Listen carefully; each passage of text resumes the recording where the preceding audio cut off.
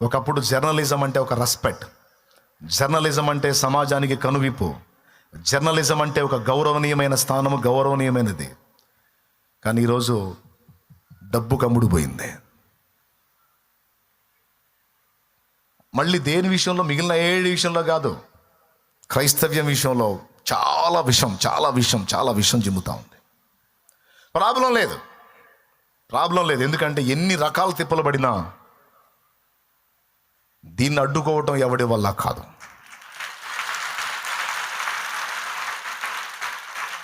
ఎందుకంటే ఇది జీవం గల దేవునిది. అరచేతిని అడ్డం పెట్టి సూర్యకాంతిని ఎవడాపుతాడు? ఆ అరచేయి వాడి కళ్ళు మూసుకుంటే సరిపోయింది. వాడు అనుకుంటున్నాడు అరచేతిని కళ్ళకు పెట్టేసుకొని ఆపేశాను, కాంతిని ఆపేశానని. ఈ నీతి సూర్య ప్రకాశాన్ని ఆపటం ఎవడి తరం కాదు. దీన్ని ఆపుదామని నడుం కట్టిన రాజులు, రంగప్పులు, జీలు జడ్జీలు మొత్తం లోకాన్నే వదిలిపెట్టి వెళ్ళిపోయారు. దేవుడితో పెట్టుకుంటే అంతేగా, ఉండరు. సువార్తకున్న దమ్మది, సువార్తకున్న శక్తిది, సువార్తను చేతబట్టిన దేవుని ప్రజల దీక్ష అది, భారం అది, తపన అది. దైవాజ్ఞ ఇదే, దైవ శాసనం ఇది. చెప్పండి సర్వలోకానికి వెళ్ళి త్వరలో రాబోతున్నాను. నమ్మి బాప్తిస్మ ముందు వాడు రక్షింపబడిన, నమ్మని వానికి శిక్ష విధింపబడును. ఇదిగో త్వరగా వచ్చుచున్నాను, ప్రతి వాడు సిద్ధపడాలని. ఇవ్వండి పిలుపో. సిద్ధపడిన వాడికి రక్షణ, సిద్ధపడని వాడికి ఇచ్చేది వాడికి ఇస్తాను. ఇప్పుడైతే సమయం ఆసన్నమైంది, సర్వలోకానికి వెళ్ళి మీరు ప్రకటించండి అని ప్రభు ఆజ్ఞ. ఆజ్ఞ బయలుదేరింది. దాన్ని ఆపటం ఎవడి తరం కాదు.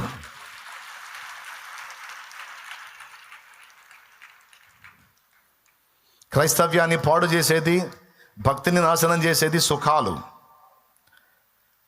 అందుకే సుఖాలు కోరొద్దు మనం.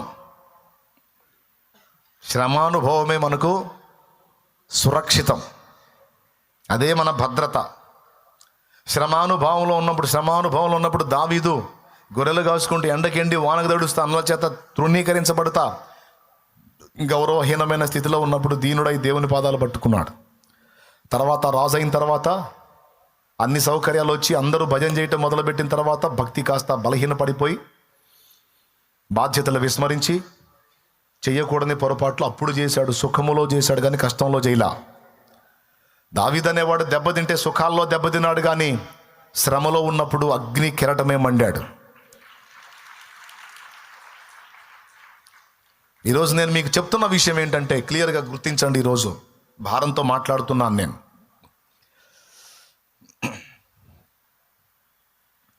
దేవుడు నా హృదయంలో ఆ భారాన్ని ఉంచాడు. నాకు నిద్ర లేదు ప్రశాంతంగా, ఇప్పుడు కాదు సంవత్సరాలుగా లేదు. నీకు కొద్దిపాటి ఇల్లుందా? సొంత ఇల్లుందా? కనీసం అద్దెకన్నా ఒక నివాసం ఉందా? అద్దె కట్టుకునే స్తోమత ఉందా? బ్రతకడానికి అంత ఉద్యోగం ఉందా? 4 రూపాయలు డబ్బులు సంపాదించుకొని భార్య బిడ్డలు కొదువు లేకుండా పోషించుకునే పొజిషన్ ఉందా? దేవునికి స్తోత్రం. అందును బట్టి తృప్తి చెందు. ఒకవేళ అవి కూడా లేవా, అయితే ఇవ్వమని ప్రార్థించు, దేవుడు ఇస్తాడు. అన్యాస్తుడు కాడు. నాస్తికుడికే సాయం చేసినోడు నీకు చేయడా? ఖచ్చితంగా చేస్తాడు. నీకు కావలసిన అన్న వస్త్రాలు, నివాసము, నీ పిల్లల భవిష్యత్తు కావలసిన సహాయం నా తండ్రి తప్పకుండా నీకు అందిస్తాడు. ఆయన అన్యాయస్తుడు కాదు. ఈరోజు కాకపోతే రేపు కాదు ఇంకా 10 రోజులకైనా నీకు దారి చూపిస్తాడు దేవుడు. అసలు ఆ చింతే వద్దు నీకు. సహజంగా మీలో ఒక తపన ఉంటుంది, నా పిల్లలు ఉన్నత స్థితిలో ఉండాలని. సంపాదించాలని వాళ్ళ కోసం డబ్బు, ఆస్తులు కూడబెట్టాలని ఆరాటపడతావు. నేను చెప్తున్నా, బిడ్డలకి కష్ట సుఖాలు నేర్పకుండా, శ్రమానుభవం నేర్పకుండా వాళ్ళని సుఖపెట్టాలని నువ్వు కొప్పేసే ప్రతి రూపాయి వాడి నాశనానికి ఉపయోగపడిద్ది. ఎందుకంటే కష్టం విలువ వాడికి తెలియదు. లేమి, దరిద్రత, వస్త్రహీనత, ఆకలి బాధ అనే వాడికి తెలియవు. అవన్నీ నీకు తెలుసు. నువ్వు పడ్డావు, రూపాయికి రూపాయి కూడబెట్టావు.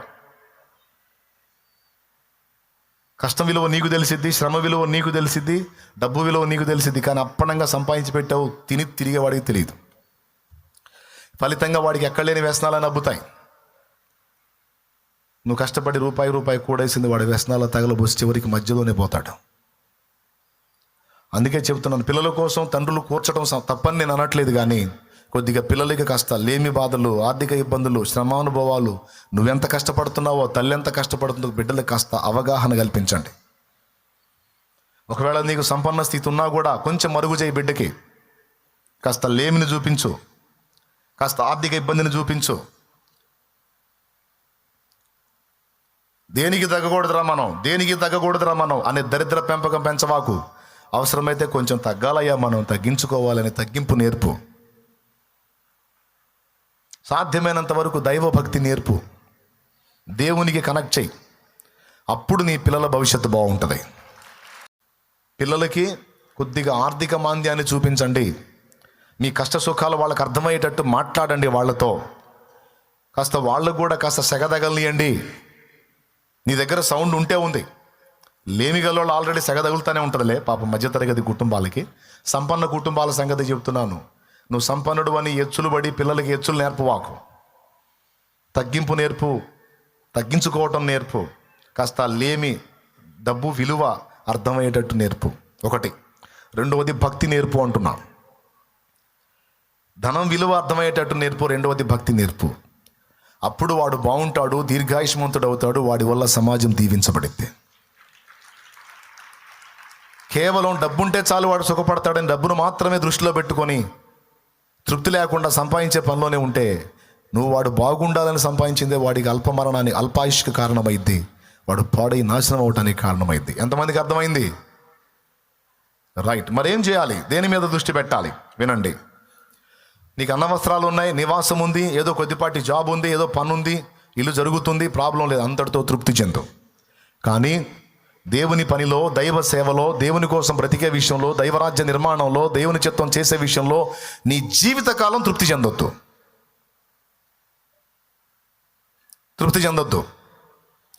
నేనైతే బాధపడుతుంది. ఆదివారం మాత్రమే వచ్చి వెళ్ళేవాళ్ళు అంతటితో తృప్తి చెందారు. అందుకే మరొక అధ్యాయంలోకి రాలా వాళ్ళు. మొదటి అధ్యాయంలోనే ఆగిపోయారు. నేను అంటున్నాను, అంతటితో తృప్తి చెందొద్దు. 4వ మెట్టుకు చేరేంత వరకు ఆసక్తి చూపు. చేరిన తర్వాత కూడా ఇక నీ జీవితం అంతా ప్రభు చిత్తము నెరవేర్చడం, ప్రభు రాజ్య నిర్మాణంను జరిగించడంలో తృప్తి లేని పోరాటం చేయి. ఒక చిన్న పరిచర్య చేసే దైవజనుని అడగండి. ఒక 50 మంది సంఘాన్ని కలిగి ఉన్న దైవజనుడిని, అన్నా నాకు లైఫ్ మొత్తం ఖర్చు అయినా ఒక 500 మంది ఆత్మలు రక్షించబడితే అంతే చాలన్న అంటాడు. కోట్ల మంది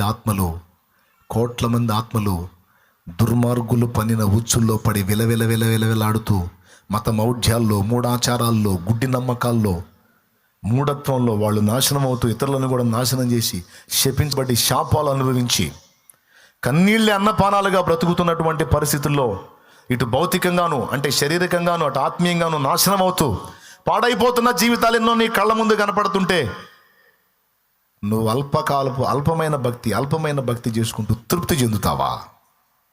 నన్ను కూడా చెందమంటావా? నేను చెందను. నా ఊపిరి ఉన్నంత వరకు నేను తృప్తి చెందలేను. నా ఊపిరి పోయిన నాడే తప్ప ఊపిరి ఉన్నంత వరకు నేను ఏ స్థితిలో ఉన్నా నా పోరాటం ఆగదు. నా దేవుడు నాకు తోడై ఉంటాడు. నమ్మదగిన దేవుడు. ఒక్కొక్కడు చేస్తున్న దుర్మార్గం, ఒక్కొక్కడు చేస్తున్న అన్యాయం. ఏం చేసిందిరా క్రైస్తవ్యం? తాగుబోతులు మారారు, దొంగలు మారారు, వ్యభిచారులు మారారు, వేశ్యలు మారారు, ప్రభల మీద డ్యాన్సులు వేసుకొని విచ్చలవిడిగా కనపడేటువంటి ఆడపిల్లలు మారి కష్టపడి బ్రతుకుతున్నారు. నరహంతకులు మారారు. ఈరోజు సమాజం కాస్తో కూస్తో నెమ్మదిగా, ప్రశాంతంగా, సుభిక్షంగా ఉంది అంటే యేసుక్రీస్తు సువార్త వినబట్టి, వీళ్ళ జీవితాలు మార్చబట్టి దేవుడు సమాజం నెమ్మదిగా ఉంది. కాస్తో కూస్తో భేదాభికి సాయం దొరుకుతుందంటే దేవుని బిడ్డలు, వైద్యం దొరుకుతుందంటే దేవుని బిడ్డలు, చదువు దొరుకుతుందంటే దేవుని బిడ్డలో. మీలో ఉండి రకరకాల పాపాలు బ్రతికిన వాళ్ళు చేతులు ఎత్తండి నాయన. ప్రభువు నెరక్క ముందు ఎట్లా పడితే అట్లా బ్రతికానన్న వాళ్ళు చేతులు ఎత్తండి. ఆడపిల్లలు కూడా, అన్నా నేను నా జీవితానికి హద్దులు లేకుండా జీవించాను అన్న వాళ్ళు చేతులు ఎత్తండి. నేను 2 చేతులు ఎత్తుతాను, నా బ్రతుకు అలాంటిది.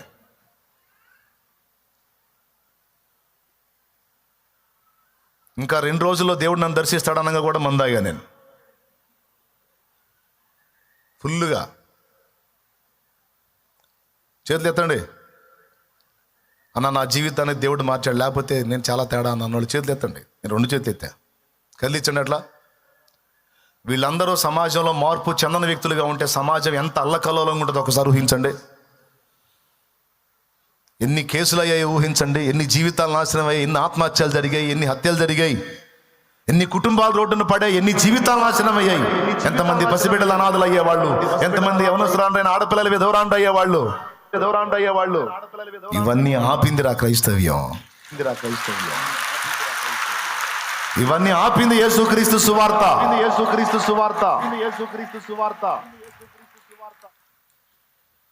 యేసయ్య ప్రేమ ఒక్కొక్కరిని దర్శించింది. ఎవడ్రా బలవంతం పెట్టేది, ఎవడ్రా ప్రలోభ పెట్టేది? ఆ ప్రలోభాలు బలవంతాలు మీరు చేసినాయి.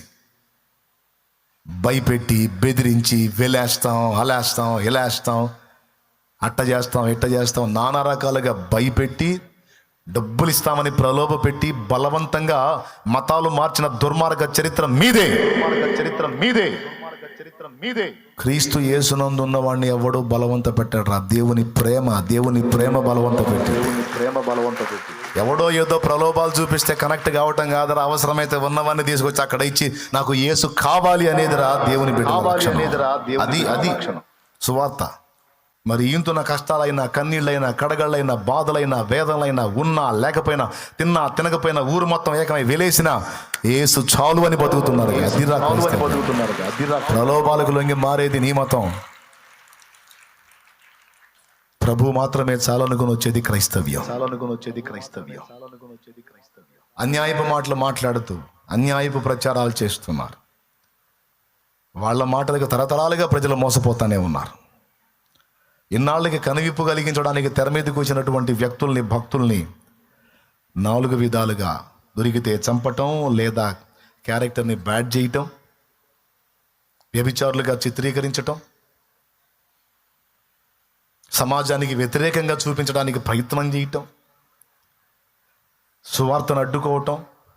ఎంత పిరికితనం అంటే, ఎంత వెధవతనం అంటే నేను చెప్పకూడదు, కానీ పడతనే ఒక ఓడికి.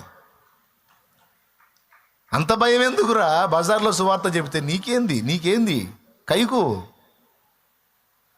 అంటే దీని పవర్ నీకు అర్థమైంది. నీకు దమ్ము ఉంటే, నీకు చేతనైతే నీది నువ్వు చెప్పుకో. పసలేదు అక్కడ, పసలేదు, కానీ ఇది పవర్ఫుల్.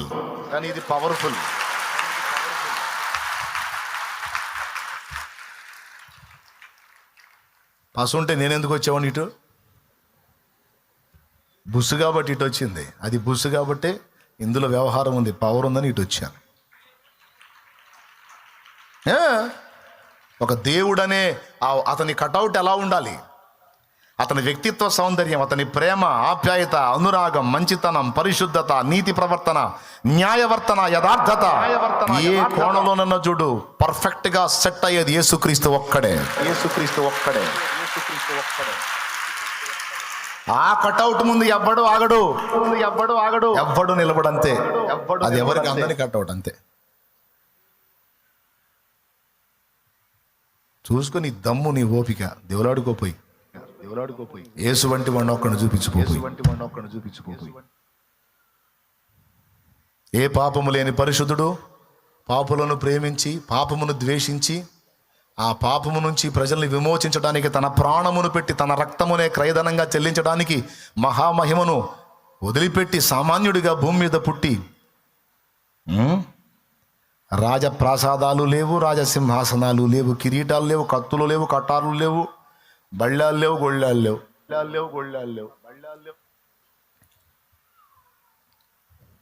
పశుల పాకలో పసిడి దీపమై పిడికిళ్ళు తెరిచినది నవశకం, పులకించి పలికింది పుడమి స్వాగతం. పశుల పాకలో పసిడి దీపమై పిడికిళ్ళు తెరిచింది నవశకం, పులకించి పలికింది పుడమి స్వాగతం. దేవునికి మహిమ. ఎక్కడ పుట్టాడంటే అక్కడికి ధనవంతుడు రావచ్చు, దరిద్రుడు రావచ్చు, కఠిన దరిద్రుడు కూడా రావచ్చు, అందరికి అందుబాటులో ఉన్నాడు.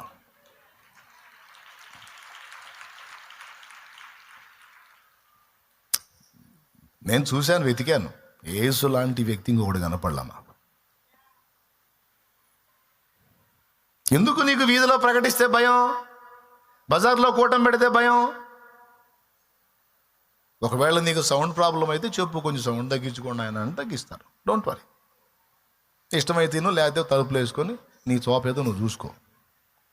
కానీ వీధిలో తిరిగి, బజార్లో తిరిగి ప్రభు యేసుని వదనములో నా దేవుడు కనిపించే అనుకుంటా పోతే ఆపండి ఆపండి ఆపండి. వామ్మో, ఏంది ఏడుకొచ్చారు? వచ్చారా? దడగమ్మింది. ఎందుకు వచ్చారు? వీళ్ళు వస్తే మారిపోయిద్దని నమ్మకం. నిజంగా మనకంటే వాళ్ళ విశ్వాసమే గొప్పదండి. దేవునికి స్తోత్రం కలుగునుగా. నిజంగా వాళ్ళ విశ్వాసమే గొప్పది. అంతసేటు కలవరపడుతున్నారంటే ఎందుకు అనుకున్నా మరి? వీళ్ళు ఏం చేయర్రా, ఒక్కసారి వాళ్ళు మన బజార్లో కూడా అట్ట పోయారంటే అంతే, 4-5 కుటుంబాలైనా బాప్తీసం ముందు ఉంటారు.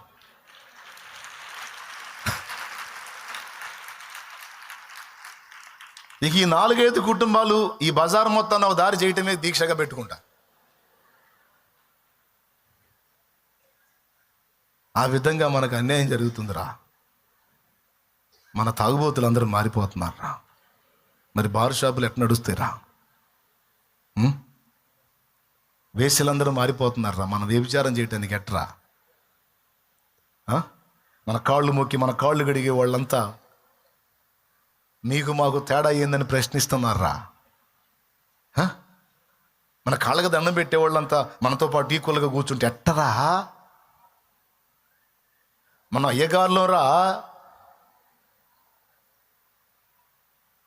మనం జిజ్జీలం రా, జిజ్జీలం జీ అజీ క్యాజీ మన జీ అంత పోయిద్దిరా. ఎట్టరా? మనం బతుకంతా మనమే ఏలాలరా. పాపం చతుర్ముఖ వ్యూహం అన్నీ కొంతమంది సేవకుల్ని చంపారు, కొంతమంది సేవకుల్ని దుర్మార్గంగా ప్రచారం చేశారు, కొన్ని చోట్ల సువార్త ఆపారు, కొన్ని చోట్ల చర్చీలు కూల్చారు. ఆగిందా?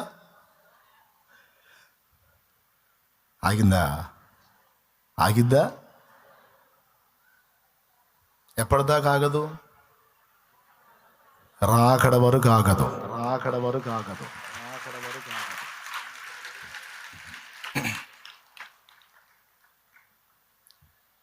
ఎందుకంటే దైవాజ్ఞ. పాపం వాళ్ళ అదృష్టం ఏంటంటే నేను మాట్లాడే మాటలన్నీ పెట్టుకుని వింటుంటారు వాళ్ళు. ఎవడు ఇన్నైపోయిందా నేను మాట్లాడే మాట ఖచ్చితంగా వింటారు. చేయని జరిగిన దానికంటే ఎక్కువే ఉంది. చావుకే సిద్ధమై బలిపీఠం ఎక్కాం. ఆగిద్దా? ఒక శాలేం రాజు పోతే 100 మంది 1000 మంది లేపుతాడు నా దేవుడు. అందుకే మీకు అందరికి మొత్తుకొని చెబుతున్నా, 1 పర్సన్ మీద ఎప్పుడు డిపెండ్ అవ్వద్దు.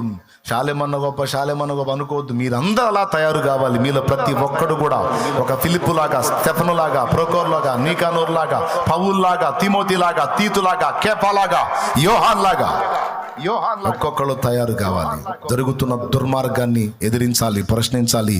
అవసరమైతే దేవుని పరిచర్య కొరకు నీ ఇంటినే కేటాయించాలి. నీ కలిగిన దాన్ని కేటాయించాలి. నీకున్న దాన్ని కేటాయించాలి.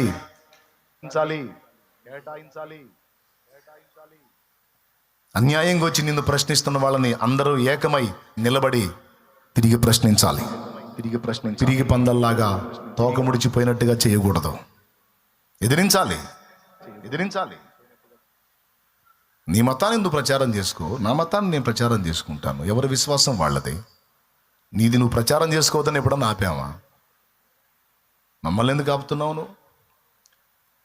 వాడు చెప్పుకుంటా 2% ఒకట 2. సింపుల్ లాజిక్ చెప్తాను నేను. మన వాళ్ళకి దిమాగ్ లేదు, మన వాళ్ళకి చైతన్యం కలగట్లా. సింపుల్, మీరు నెట్లో కొట్టి చూడండి. ఆంధ్రప్రదేశ్లో దళిత వర్ణంలో మెజారిటీ క్రైస్తవులే ఉన్నారా? ఎంతమంది ఒప్పుకుంటారు? ఆంధ్రప్రదేశ్ జనాభాలో నెట్లో కొట్టి చూడండి, 17% 17 నుంచి 20%. మిగిలిన కులాలన్నీ పక్కన పెడితే దళితులు ఉన్నారు. 17 నుంచి 20%. అందులో మెజారిటీ క్రైస్తవులే ఉన్నారు. 2% ఏంది?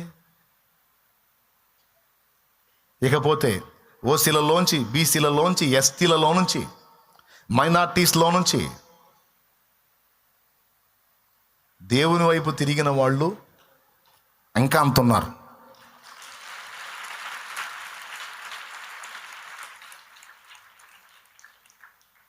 ఇప్పుడు కాదు, కొద్దిగా ఓపిక పడితే తర్వాత అర్థమైద్ది. దేవునికి స్తోత్రం. కొద్దిగా ఓపిక పడితే తర్వాత అర్థమైద్ది. మొత్తం కలిపితే ఈజీగా 40% ఉంటుంది. ఇదే 2% కిదర్ లెక్కేసుకో, దళితులు లెక్కేసుకో. 17% అంటే ఎంత? మిగిలిన వాళ్ళు బహుజనుల్లో నుంచి, ఓసీలలోంచి, ఎస్టీల్లో నుంచి, బీసీల్లో చూడు.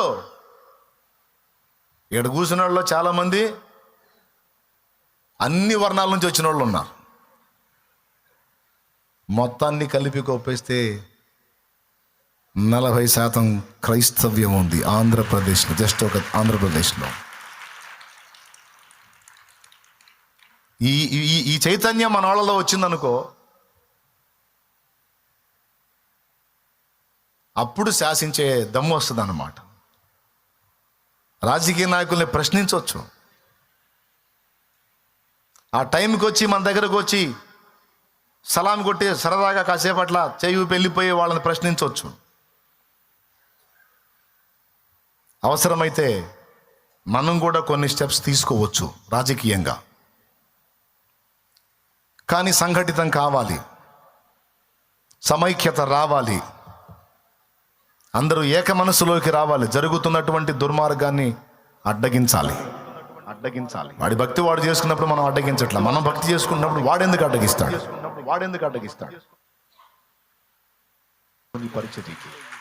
అవును, నా ఇల్లు ఇచ్చా దేవుని సన్నిధికి. మీరు పాక చూస్తే మొదటి పాక నా నివాసం, అది వదిలేసాను దేవుని కోసం. ఇప్పటికి శాంతినగర్లో మందిరం అదే. ఇవ్వు, నీ నివాసం ఇవ్వు. 1,000,000 మందిలో జరగనిమ్మన్నాడు చెప్పు.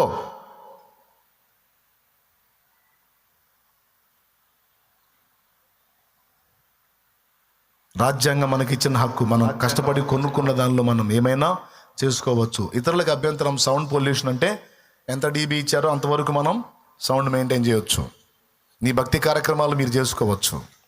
బజార్లన్నీ మూసేసి అవతలాలు భక్తి కార్యక్రమాలు చేసుకుంటున్నప్పుడు నువ్వెందుకు చేసుకోకూడదు? నువ్వు కూడా చేసుకోవచ్చు.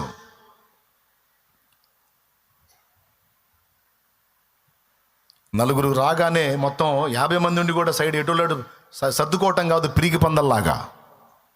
మీకెంత హక్కు ఉందా, మాకంతే హక్కు ఉంది. పాపిలో పోలీసున పా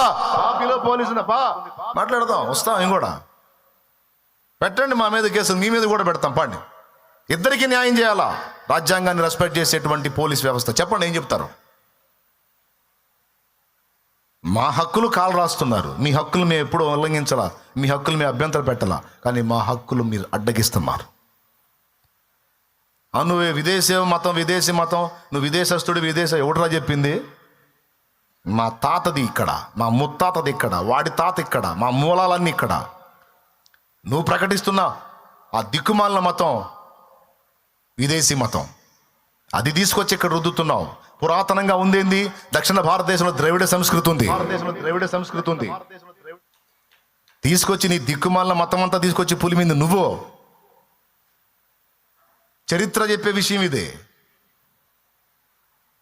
విదేశస్తుడవు నువ్వు, విదేశీ మతం నీది. అయినా రాజ్యాంగం ఇచ్చిన హక్కు, నాకు ఇష్టమైన విశ్వాసాన్ని నేను అవలంబిస్తా, ఆర్టికల్ 25 ప్రకారం.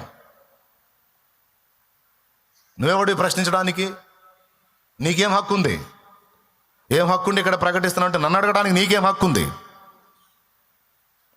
ధైర్యంగా నిలబడాలి బిడ్డలారా, ధైర్యంగా నిలబడాలి. అల్ప విషయాలతో ఆగిపోవద్దు. బాధ్యత లేని బ్రతకొద్దు. నేనేం చేయగలను? నువ్వు పోలీస్ వ్యవస్థలో ఉంటే క్రైస్తవ్యానికి జరుగుతున్న అన్యాయాన్ని దృష్టించి నువ్వు బాధపడు. నీ వంతు నువ్వేం చేయగలవు వచ్చేయి. నువ్వు లాయర్గా ఉంటే కొంతమంది లాయర్లు తెలుసు నాకు. లాయర్లు దిక్కుమాలిన లాయర్లు ఎంత నీచులంటే, కొంతమంది, అందరినీ కాదండి, కొంతమంది. నాకు తెలిసినోడు ఒకడు ఉన్నాడు, వాని అనుచరులు కొంతమంది ఉన్నారు. ఈ గుర్తింపబడ్డ మందిరాలు ఉంటాయి చూడండి, ఈ మందిరాలకి కోర్టు నోటీసులు పంపిస్తారు. కోర్టుకు పెట్టబోతున్నాము, మీకు అది లేదు ఇది లేదు. వీడు దేవుడిని ఎరగనోడు కాదు, ఎరిగినోడే. నేను కూడా దేవుని పెట్టినని చెప్పుకునేవాడే, పెద్ద మనిషిగా చలామణి అవుతున్నోడే. వీడు సమాచారం పంపిస్తాడు, మీకు అది లేదు ఇది లేదు, కోర్టుకి అయిపోతున్నాను, మాట్లాడాలి అని. అయ్యా అట్లా ఎందుకయ్యా, అట్లా ఏం లేదయ్యా, అట్లా కోర్టుల పాలు చేయొద్దయ్యా. అట్లయితే ఎంతో కొంత ఇవ్వాలి నాకు.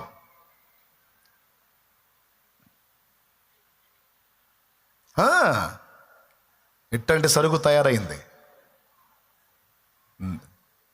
నన్ను కదిలిచ్చారు అట్లనే. నీ చేతనైంది చేసుకోండి అని కూర్చున్నా. చేయరా, నువ్వు ఏం కంప్లైంట్ చేస్తావో చేయి, నువ్వు ఏ కోర్టుకు పెడతావు పెట్టు, నువ్వు దేనికి పెడతావు పెట్టుపోరా. ఏం చేస్తావు? మహా అయితే ఇది పీకేస్తావా, తీసేస్తావా? దేనికి దానికి మొత్తం ఉండాల్సినవి అన్నీ ఉన్నాయి. అయినా సరే నువ్వు ఇంకా ఏదన్నా దుర్మార్గం చేస్తావా? అడవిలో పోయి కూర్చుంటే అక్కడికి వస్తారు నా బిడ్డలో. రోడ్డు మీదకి వెళ్ళి కూర్చుంటే అక్కడికి వచ్చి కూర్చుంటారు.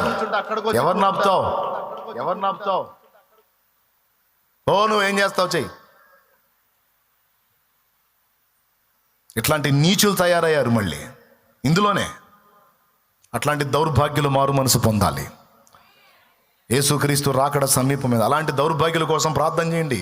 వాళ్ళ కుటుంబాలు శాపగ్రస్తం అవుతాయి. వాళ్ళకి అర్థం కావట్లా. జీవము గల దేవుని మందిరమును ఎవడు పాడు చేయను, దేవుడు వాణ్ణి పాడు చేయను. సంఘానికి నష్టం కలిగించినోడు నాశనం అవుతాడు. దేవుని పరిశుద్ధులు ఆరాధించే మందిర ప్రాంగణానికి నష్టం కలిగించాలన్నాడు కూడా సర్వనాశనం అవుతాడు. వాడి బిడ్డ తరం శపించబడతారు. మామూలు విషయం కాదు ఇది. జీవము గల దేవుని చేతిలో పట్ట భయంకరం.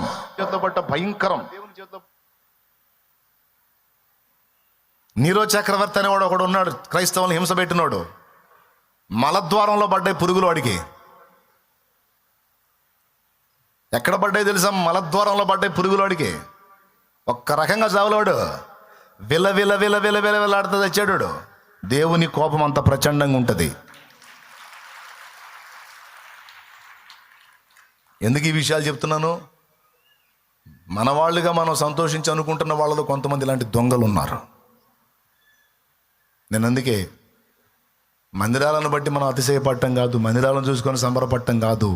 అవసరమైతే నా ఇల్లే ఒక మందిరం కావాలని నాటి అపోస్తలిక క్రమంలో ప్రతి ఇల్లు ఒక దేవాలయమైనట్టు, ప్రతి ఇల్లు ప్రభు బల్ల ఆరాధనకి అనుకూలమైనట్టు నీ గ్రామంలో, నీ పట్టణంలో, నీ వీధిలో, నీ ప్రదేశంలో, నీ సమాజంలో నీ ఇల్లే దేవుని కొరకు ఒక నిలయంగా మారాలి.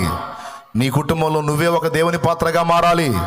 అవసరమైతే దేవుని ఉపదేశాన్ని ధ్యానం చేసుకొని అభిషేకం పొంది నువ్వే దైవ సేవకు నడుం కట్టాలి. చేయాలి దేవుని కోసం బ్రతుకు.